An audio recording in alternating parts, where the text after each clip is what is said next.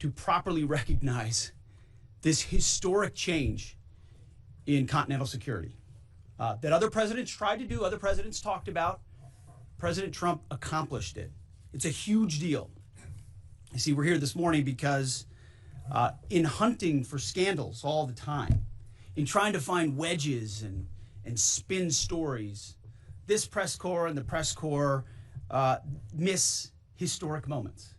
You miss historic moments like 5% at NATO, which when you hear, I was in the closed door briefing, I wish there could have been cameras in there. When you heard the prime ministers and presidents of other countries, to a man and to a woman, looking at President Trump and saying, this never could have happened, never would have happened. It seemed impossible 5 years ago, 2 years ago, 8 years ago. But here we are because of your leadership. If you ask them the question, I bet they'd say the same thing. But searching for scandals, you miss historic moments, like recruiting at the Pentagon. Historic levels in the Army, the Air Force, and the Navy. Yeah, maybe there'll be a little mention here or there, but because it was under President Trump's leadership, because Americans are responding to him as commander-in-chief, the press corps doesn't want to write about it. Or bring us to the topic of the moment, the highly successful strikes in Iran. Let me read the bottom line here. President Trump directed the most complex and secretive military operation in history, and it was a resounding success, resulting in a ceasefire agreement and the end of the 12-day war. There's been a lot of discussion about what happened and what didn't happen. Step back for a second. Because of decisive military action, President Trump created the conditions to end the war, decimating, choose your word, obliterating, destroying Iran's nuclear capabilities. I want to read some of the assessments that have been provided, because whether it's fake news, CNN, MSNBC, or the New York Times, there's been fawning coverage of a preliminary assessment. I've had a chance to read it. Every outlet has breathlessly reported on a preliminary assessment from DIA. I'm looking at it right now. Again, it was preliminary, a day and a half after the actual strike, when it admits itself in writing that it requires weeks to accumulate the necessary data to make such an assessment. It's preliminary. It points out that it's not been coordinated with the intelligence community at all. There's low confidence in this particular report. It says in the report there are gaps in the information. It says in the report multiple linchpin assumptions are what this assessment, a linchpin assumption, you know what that is? That means your entire premise is predicated on a linchpin. If you're wrong, everything else is wrong. And yet, still, this report acknowledges it's likely severe damage. Again, this is preliminary, but leaked because someone had an agenda to try to muddy the waters and make it look like this historic strike wasn't successful. I'm going to get to the chairman in a moment because he's going to lay out the particulars for you based on his professional military experience. But here's what other folks are saying.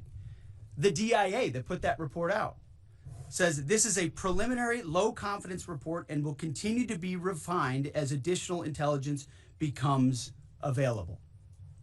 How about the Israeli Atomic Energy Commission? The devastating U.S. strikes on Fordow destroyed the site's critical infrastructure and rendered the enrichment facility inoperable. Have any of these quotes made their way into the New York Times or the Washington Post? MSNBC? CNN? Any of these quotes? How about this one? This is a new one from the UN, the United Nations. No friend of the United States, or certainly Israel often. Here's the head of the UN Atomic Energy Agency this morning, Rafael Grossi. U.S. and Israeli strikes caused enormous damage to Iran's nuclear sites. Don't take my word for it. How about the IDF's chief of staff? I can say here that the assessment is that we significantly damaged the nuclear program, setting it back by years. I repeat, years. The Iranian foreign minister, the spokesman, our nuclear installations have been badly damaged, that's for sure. I'm sure that's an understatement. John Radcliffe, the director of the CIA, putting out a statement just last night. CIA can confirm that a body of credible intelligence indicates Iran's nuclear program has been severely damaged by recent targeted strikes. This includes new intelligence from a historically reliable, very different than preliminary assessment with low confidence. He's saying historically reliable and accurate source and method that several key Iranian nuclear facilities were destroyed and would have to be rebuilt over the course of years.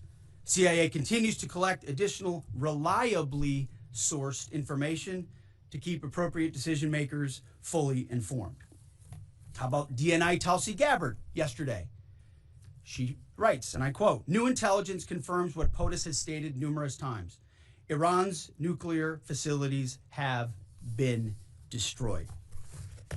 Institute for Science and International Security President David Albright, overall, Israel and U.S. attacks have effectively destroyed Iran's centrifuge enrichment program. Time and time again, I can go down the list. Those that understand, those that see, those that do proper assessments recognize that what the United States military did was historic. And again, before I pass it to the chairman, because you, and I mean specifically you, the press, specifically you, the press corps, because you cheer against Trump so hard, it's like in your DNA and in your blood to cheer against Trump, because you want him not to be successful so bad, you have to cheer against the efficacy of these strikes. You have to hope maybe they weren't effective. Maybe the way the Trump administration has represented them isn't true. So let's take half-truths, spun information, leaked information, and then spin it in every way we can to try to cause doubt and manipulate the public mind over whether or not our brave pilots were successful. How many stories have been written about how hard it is to, I don't know, fly a plane for 36 hours? Has MSNBC done that story? Has Fox? Have we done the story how hard that is? Have we done it 2 or 3 times so that American people understand? How about how difficult it is to shoot a drone from an F-15 or 16 or F-22 or F-35? Or what it's like to man a Patriot battery? Or how hard it is to refuel midair? Giving the American people an understanding of how complex and sophisticated this mission really was. There are so many aspects of what our brave men and women did that because of the hatred of this press corps are undermined because your people are trying to leak and spin that it wasn't successful. It's irresponsible. And folks in this room are privy to that information because of the proximity here in the Pentagon. It's an important responsibility.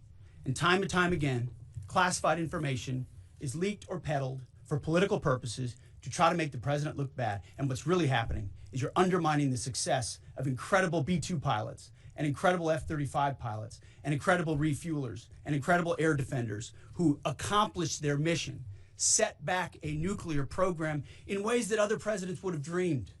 How about we celebrate that? How about we talk about how special America is, that only we have these capabilities? I think it's too much to ask, unfortunately, for the fake news. So we're used to that. But we also have an opportunity to stand at the podium and read the truth of what's really happening. And the reality is, you want to call it destroyed, you want to call it defeated, you want to call it obliterated, choose your word. This was an historically successful attack, and we should celebrate it as Americans. And it gives us a chance to have peace, chance to have a deal, and an opportunity to prevent a nuclear Iran, which is something President Trump talked about for 20 years, and no other presidents had the courage to actually do.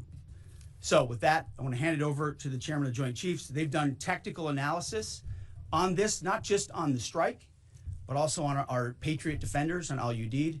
And Mr. Chairman, I'll hand it over to you. Good morning. Thank you, Mr. Secretary, and good morning, and all of you. Thank you for being here. As a follow-up to my comments on Sunday's press conference, I wanted to give you a few updates this morning on something I'm honored to do as a chairman, and that's a chance to get to talk about some of our service members and the incredible things that they do on behalf of our nation. And I apologize ahead of time for the length and the detail. Today I'm going to brief you on a couple things. First, I'm going to talk about our air defenders at al-Udeid in Qatar and their actions on Monday. Then I'm going to walk you through a little bit about the academics that went into the attack against Fordo, the massive ordnance penetrator weapon, and we're going to show a video that highlights the effects that weapon has. Of course, nobody was down inside the target, so we don't have video from the target. First, on Monday. As the president has stated, on Monday morning, we began to receive indications and warnings that Iran intended to attack U.S. bases in the region. That morning, building on the work that CENTCOM Commander Eric Kurilla had done, and on the orders of the President, at Al Udeid Air Base in Qatar and around the region, we assumed a minimum force posture. Most folks had moved off the base to extend the security perimeter out away from what we assessed might be a target zone, except for a very few Army soldiers at Al Udeid. At that point, only 2 Patriot batteries remained on base, roughly 44 American soldiers responsible for defending the entire base, to include CENTCOM's forward headquarters in the Middle East, an entire air base, and all the U.S. forces there. The oldest soldier was a 28-year-old captain. The youngest was a 21-year-old private who'd been in the military for less than 2 years. So let's put ourselves out there for a second. Imagine you're that young first lieutenant, you're 25 or 26 years old, and you've been assigned as the tactical director inside the command and control element. You, at that age, are the sole person responsible to defend this base. Listening next to you is your early warning operator, whose job is to notify you of imminent attack. There's 5 people inside a vehicle and 5 people outside of a vehicle around these, a total of, as I said, 44. By the way, you've sat in the Middle East for years, deployed over and over again, extended multiple times, always being prepared, but unsure of when that particular day will come that you must execute your mission and not fail at doing it. In this case, these Patriot crews were deployed from Korea and Japan as part of our U.S. forces there to ensure that we had the most capable missiles in the CENTCOM area of responsibility. As the day continues, you start to hear more and more chatter in the information space about a pending attack. And as the sun starts to set in the west, you get orders from your higher headquarters to make sure that your missile batteries are pointed to the north. There are just a few other teammates. It's hot, you're getting nervous, and you expect an attack. Outside of those Patriot vehicles, your hot crew, which is 1 NCO and 4 additional soldiers, turns a key and relinquishes control of those missiles to that young lieutenant inside the vehicle, and you wait. You know that you're going to have approximately 2 minutes, 120 seconds to either succeed or fail. And then at approximately 12:30 p.m. on Monday, that's 7:30 p.m. in Qatar, as the sun sets in the west, Iran attacks. As the targets were detected, round after round of Patriot missiles are ejected from their canisters by an initial launch charge. Then the main solid rocket motor ignites. You can feel this in your body if you've ever been around a Patriot taking a shot. And round after round goes out and guides against those missiles coming inbound. We believe that this is the largest single Patriot engagement in U.S. military history. And we were joined in this engagement by the Qatari Patriot crews. I'm not going to tell you how many rounds were shot, but it was a bunch because of classified purposes. And we're aware that there's reports of something getting through. What we do know is there was a lot of metal flying around. Between attacking missiles being hit by Patriots, boosters from attacking missiles being hit by Patriots, the Patriots themselves flying around, and the debris from those Patriots hitting the ground, there was a lot of metal flying around. And yet our U.S. air defenders had only seconds to make complex decisions with strategic impact. These awesome humans, along with their Qatari brothers and sisters in arms, stood between a salvo of Iranian missiles and the safety of Al Udeid. They are the unsung heroes of the 21st century United States Army. And I know a lot of you have seen the videos online and the excitement as those Patriots departed their launchers and went up and guided. This really demonstrates the combat capability and capacity of our Army air defenders. Simply stated, they absolutely crushed it. If you'd flip this over, thanks. Let me next move to a walkthrough of the GBU-57 massive ordnance penetrator weapon and share a little bit about the planners who did this and their work on the weapon. First, let me set the stage for you. There's an organization in the U.S. called the Defense Threat Reduction Agency, DTRA. DTRA does a lot of things for our nation, but DTRA is the world's leading expert on deeply buried underground targets. In 2009, a Defense Threat Reduction Agency officer was brought into a vault at an undisclosed location and briefed on something going on in Iran. For security purposes, I'm not going to share his name. He was shown some photos and some highly classified intelligence of what looked like a major construction project in the mountains of Iran. He was tasked to study this facility, work with the intelligence community to understand it, and he was soon joined by an additional teammate. For more than 15 years, this officer and his teammate lived and breathed this single target, Fordo, a critical element of Iran's covert nuclear weapons program. He studied the geology. He watched the Iranians dig it out. He watched the construction, the weather, the discard material, the geology, the construction materials, where the materials came from. He looked at the vent shaft, the exhaust shaft, the electrical systems, the environmental control systems, every nook, every crater, every piece of equipment going in and every piece of equipment going out. They literally dreamed about this target at night when they slept. They thought about it driving back and forth to work, and they knew from the very first days what this was for. You do not build a multi-layered underground bunker complex with centrifuges and other equipment in a mountain for any peaceful purpose.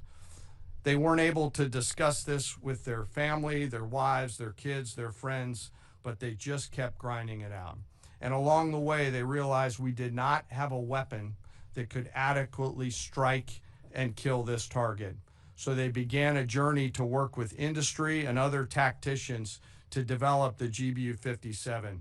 They tested it over and over again, tried different options, tried more after that. They accomplished hundreds of test shots and dropped many full-scale weapons against extremely realistic targets for a single purpose: kill this target at the time and place of our nation's choosing. And then, on a day in June of 2025, more than 15 years after they started their life's work, the phone rang and the President of the United States ordered the B-2 force that you've supported to go strike and kill this target. Yesterday, I had the incredible honor and privilege of spending time with these two Defense Threat Reduction Agency officers who've given so much. One of them said, quote, "I can't even get my head around this. My heart is so filled with the pride of being a part of this team. I am so honored to be a part of this." To you both, thank you, and thank you to your families. Operation Midnight Hammer was the culmination of those 15 years of incredible work. The air crews, the tanker crews, the weapons crews that built the weapons, the load crews that loaded it. Before I run through this video today, I want to talk a little bit about weaponeering and what goes into an attack. Weaponeering is the science of evaluating a target. I mentioned all of those factors before that these two DTRA officers had thought about. Ultimately, weaponeering is determining the right weapon and fuse combination to achieve the desired effects and maximum destruction against a target. In the case of Fordo, the DTRA team understood with a high degree of confidence the elements of the target required to kill its functions, and the weapons were designed, planned, and delivered to ensure that they achieve the effects in the mission space. By the way, in the beginning of its development, we had so many PhDs working on the MOP program, doing modeling and simulation, that we were quietly and in a secret way the biggest users of supercomputer hours within the United States of America. So let me talk about let me talk about the graphic a little bit. And the GBU-57, which all of you I know is a 30,000 pound weapon dropped only by the B-2. It's comprised of steel, explosive, and a fuse, programmed bespokely each weapon to achieve a particular effect inside the target. Each weapon had a unique desired impact angle, arrival, final heading, and a fuse setting. The fuse is effectively what tells the bomb when to function. A longer delay in a fuse, the deeper the weapon will penetrate and drive into the target. So on Fordo, in June of 2008, you can see these 3 holes. Depicted here is the main exhaust shaft with 2 additional ventilation shafts on either side. The United States decided to strike these 2 ventilation shafts, as seen here on the main graphic, as the primary point of entry into the mission space. In the days preceding the attack against Fordo, the Iranians attempted to cover the shafts with concrete to try to prevent an attack. I won't share the specific dimensions of the concrete cap, but you should know that we know what the dimensions of those concrete caps were. The planners had to account for this. They accounted for everything. The cap was forcibly removed by the first weapon, and the main shaft was uncovered. Weapons 2, 3, 4, 5 were tasked to enter the main shaft, move down into the complex at greater than 1,000 feet per second, and explode in the mission space. Weapon number 6 was designed on each side, so there were 6 on each side. Weapons number 6 was designed as a flex weapon to allow us to cover if one of the preceding jets or one of the preceding weapons did not work. The video I'm about to show you is a culmination of over 15 years of development and testing. As I said, hundreds of test shots on various models. This is one weapon. So if you take a view of this as 5 additionals, you'll get a sense of what this looks like. Hopefully you can see it and there's not too much reflection. Tom runs our videos out there. We'll run it at full speed so you can see it and then go back through it. Go ahead, Tom.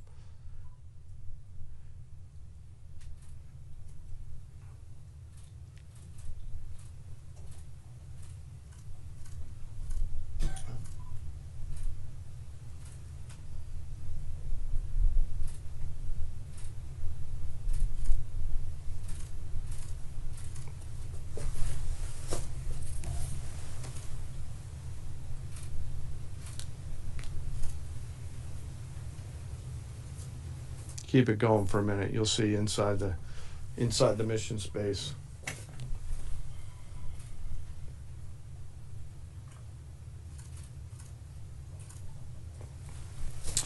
Unlike a normal surface bomb, you won't see an impact crater because they're designed to deeply bury and then function. I know there's been a lot of questions about that.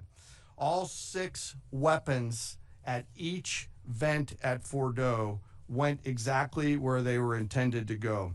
A bomb has 3 effects that causes damage: blast, fragmentation, and overpressure. In this case, the primary kill mechanism in the mission space was a mix of overpressure and blast, ripping through the open tunnels and destroying critical hardware. The majority of the damage we assessed based on our extensive modeling was a blast layer combined with the impulse extending from the shock. Imagine what this looks like 6 times over.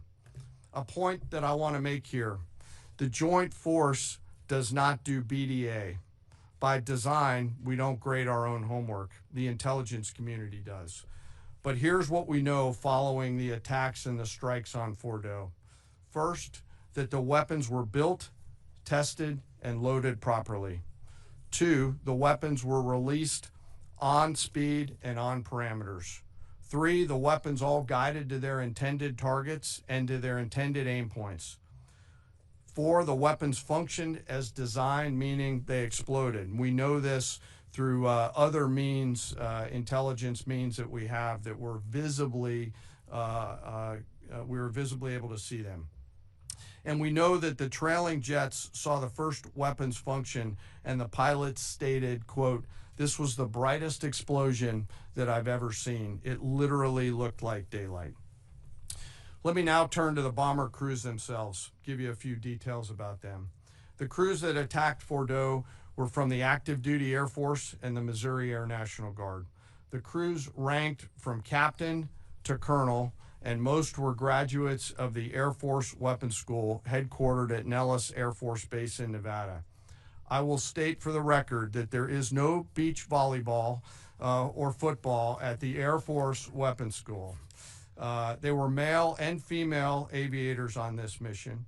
And a crew member told me when I talked to them on video the other day that this felt like the Super Bowl, the thousands of scientists, airmen, and maintainers all coming together. One last story about people. When the crews went to work on Friday, they kissed their loved ones goodbye, not knowing when or if they'd be home. Late on Saturday night, their families became aware of what was happening. And on Sunday, when those jets returned from Whiteman, their families were there. Flags flying and tears flowing. I have chills literally talking about this. The jets rejoined into a formation of 4 airplanes followed by a formation of 3 and came up overhead Whiteman, proudly in the traffic pattern, pitching out to land right over the base and landing to the incredible cheers of their families who sacrifice and serve right alongside their family members. Like I said, there were a lot of flags and a lot of tears. One commander told me this is a moment in the lives of our families that they will never forget. That, my friends, is what America's Joint Force does. We think, we develop, we train, we rehearse, we test, we evaluate every single day. And when the call comes to deliver, we do so. I could not be more proud standing up here today of our Joint Force. I'm filled with gratitude that I get to tell their story. And as we stand here right now, our forces remain on a high state of readiness in the region, prepared to defend themselves. And one last thing, our adversaries around the world should know that there are other DTRA team members out there studying targets for the same amount of time, and we'll continue to do so. Thank you very much. I apologize for the length. I look forward to your questions. Thank you, Mr. Chairman. I would just thank you, by the way, for that extensive work, the lay down. I mean, even, do you have that laser pointer? Okay. Yes, sir. Thank you, squaring me away as always. I mean, even in just the public reporting, if you see the post-strike shaft of the 3 holes, the vast majority, and fairly so, the vast majority of speculation has been those are the 3 strike points. When in actuality, what you realize is these are the vents, these are the caps.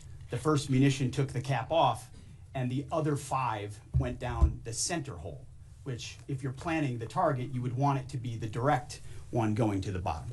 These are the types of things that go into the planning for a strike that the Pentagon would not expect the press corps or the American people to initially understand. So laying this information out is helpful. But it's also why we ask for a beat, for a moment, for a day or 2, the opportunity to tell that story. Because as the chairman said, these men and women that did this mission, they just want to do their job. They're not expecting their story to be told. They're not expecting the glory. They are grateful for the flags and the hugs of family. That's why they do the job. But they also know they were a part of something historic. We know how historic it was. The chairman does. I know. Our staffs know. And so that's why we are, and the President of the United States knows. And that's why it's almost personal when we see the way in which leaks are used to try to disparage the outcome or muddy the waters about the impact of what happened without being responsible with information and allowing the professionals to assess and provide that information just like the chairman did. So thank you, Mr. Chairman, for that information. Sure. And we welcome a few additional questions. Yes, sir. General, on Sunday you said final battle damage will take some time. And you also said, I think BDA is still pending, and it would be way too early for me to comment on what may or may not still be there at the nuclear facility. That was just over 3 days ago. So what has changed? Would you use the term obliterated as well?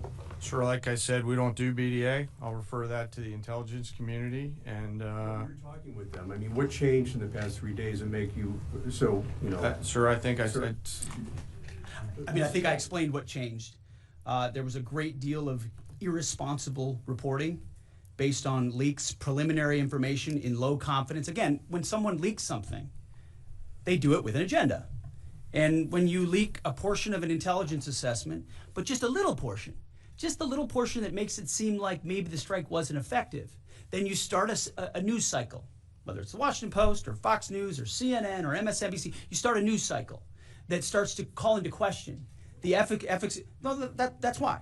So you bring the chairman here, who's not involved in politics. He didn't do politics. That's my lane to understand and translate and talk about those types of things. So I can use the word obliterated. He could use defeat, destroyed, assess, all of those things. But ultimately, we're here to clarify what these weapons are capable of, which anyone with, two eyes, some ears, and a brain can recognize that kind of firepower with that specificity at that location and others is going to have a devastating effect. So we all recognize there will be days and weeks ahead. That's why yesterday I said, if you want to know what's going on at Fort O, you better go there and get a big shovel, because no one's under there right now. No one's under there able to assess, and everyone's using reflections of what they see. And that's why the Israelis, the Iranians, the IAEA, the UN, to a man and to a woman who recognize the capability of this weapon system, are acknowledging how destructive it's been. So that's what's changed.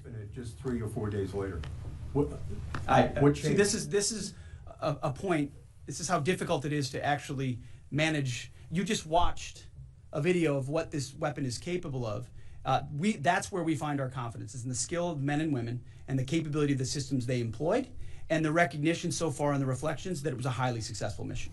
Sure, I think you could, I'd say go out, the IC should be able to help you answer that question. They look at a variety, as the Secretary has alluded to, we look at a variety of things. I don't do that, they do. All different sources of intel, which I'd refer you to them to get clarity on the instance. So again, I go back to the IC, whether it's Director Radcliffe or ODNI Gabbard. I read the statements at the beginning. They're the ones aggregating the intelligence, and they're saying nuclear facilities were destroyed and would have to be rebuilt over a number of years. Facilities were destroyed. What do we got right here? So you cited a body of credible intelligence to suggest that the damage at Fort O and other places. What is that referring to, and when can we see it? I was reading from the CIA director's statement, which came out last night. CIA, again, they do the BDA, they do the assessment. CIA can confirm that a body of credible intelligence indicates, it also goes on to say, new intelligence from historically reliable and accurate sources and methods. Now, you can imagine, the CIA director is going to be very careful about how he articulates things of that sensitivity. Classified, secret, top secret, compartmentalized. He's going to know things that you're not going to know, that the press isn't going to know, and he's reflecting that the sources he's seeing are highly credible. They've given credible intelligence. They or those processes have given credible intelligence in the past, and that's what he's basing it on. Don't you think we need to see that? Do you have a top secret clearance, sir? Eventually, Okay. the American public wants Yes, to see sir. it. Yes. Yeah, you. I wanted to ask briefly just. No, not you. Checkered shirt. Oh, so Mike Glenn with the Washington Times. Yes, sir. Thanks, sir. Anybody who's ever read a Battalion S2 report after a fight knows that it's usually, the initial report is usually wrong, sometimes grossly so. Has what happened in this incident caused y'all to sort of rethink the intelligence process or the dissemination, or do you think it's just if the process itself doesn't require any more adjustment? Well, I can tell you what the chairman told me in the Situation Room and reminded us all, which is alongside what you just said, sir, is that the first reports are almost always wrong. They're almost always incomplete, right? Anything, whether it's a squad level operation or a strategic level operation, the initial reflections you get are coming at you at a high rate of speed from a lot of different sources. So your job is to step back and assess them, and that's why we're urging caution about premising entire stories on biased leaks to biased publications trying to make something look bad. How about we take a beat, recognize first the success of our warriors, hold them up, tell their stories, celebrate that, wave an American flag, be proud of what we accomplished. And in the meantime, I can assure you, the chairman and his staff, the intelligence community, our staff and others are doing all the assessments necessary to make sure that mission was indeed successful. Yes, right there. Sir, thank you, Mr. Secretary. Iran has recognized that their nuclear program was indeed severely damaged, but they also said that the U.S. strikes only strengthened their ability and their determination to complete their nuclear program. How do you respond to that, sir? Is that a provocation from Iran? Well, I would say Iran's going to have to say a lot of things right now in order to bolster their image, especially internally. You know, in the media, there's a lot of things they'll say for domestic consumption. But we're watching very closely what they do. Again, that's the intel community. Our job as the chairman, I mean, the chairman laid it out so beautifully. Our job is to be prepared. And how proud are you? How proud am I? I didn't know the full story of those men and women 15 years ago who've been pointing at that target. That makes me proud to be an American. That's an awesome story. I hope we can tell more aspects of that in an unclassified way in the future. That's a great thing to know. Our job is to be prepared when the commander-in-chief calls based on those assessments. So, of course, our IC, the Intelligence Committee, will keep watching what Iran does and pay attention to that. But the president has created the contours, the opportunity for a deal, for peace, in something that the world said was intractable, that wasn't possible. And we got that peace, that ceasefire, that option, because of strength, because of his willingness to use American military might that no one else on the planet can do, with the kind of planners and operators that the chairman just laid out. Yes, sir. Right there. Yep. Yes, sir. Just a quick question. There's public imagery available saying that highly enriched uranium was moved out of Fordo before the strikes. Is that accurate? Have you seen that? And Mr. Chairman, a question for you. Have you been pressured to change your assessment or give a more rosy intelligence assessment to us by any political factors, whether it's the president or the secretary? And if you were, would you do that? Yeah, that one's easy. No, no, I have not, and no, I would not. My job as the chairman is to offer a range of options to the president and the National Command Authority to deliver the risks associated with each of those, and then take the orders of the National Command Authority and go execute them. I've never been pressured by the president or the secretary to do anything other than tell them exactly what I'm thinking, and that's exactly what I've done. There's nothing that I've seen that suggests that we didn't hit exactly what we wanted to hit in those locations. That's not the question, though. It's about highly enriched uranium. Do you have certainty that all the highly enriched uranium was inside the Fordo mountain, or some of it, because there were satellite photos that showed more than a dozen trucks there 2 days in advance? Are you certain none of that highly enriched uranium was moved? Of course, we're watching every single aspect, but Jennifer, you've been about the worst, the one who misrepresents the most intentionally what the president says. I'm familiar. I reported about the ventilation shafts on Saturday night, and in fact, I was the first to describe the B-2 bombers, the refueling, the entire mission with great accuracy. So I take issue with that. I appreciate you acknowledging that this was the issues. first the most successful mission based on operational security that this department has done since you've been here, and I appreciate that. So Absolutely. we're looking at all aspects of intelligence and making sure we have a sense of what was where. So why not acknowledge the female pilots that also participated in this mission? The early messages that you sent out only congratulated the boys. So when I say something like our boys and bombers, see, this is the kind of thing the press does, right?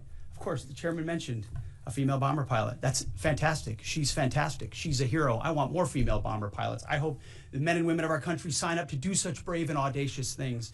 But when you spin it as, because I say our boys and bombers as a common phrase, I'll keep saying things like that, whether they're men or women. I'm very proud of that female pilot, just like I'm very proud of those male pilots. And I don't care if it's a male or a female in that cockpit, and the American people don't care. But it's the obsession with race and gender in this department that's changed priorities. We don't do that anymore. We don't play your little games.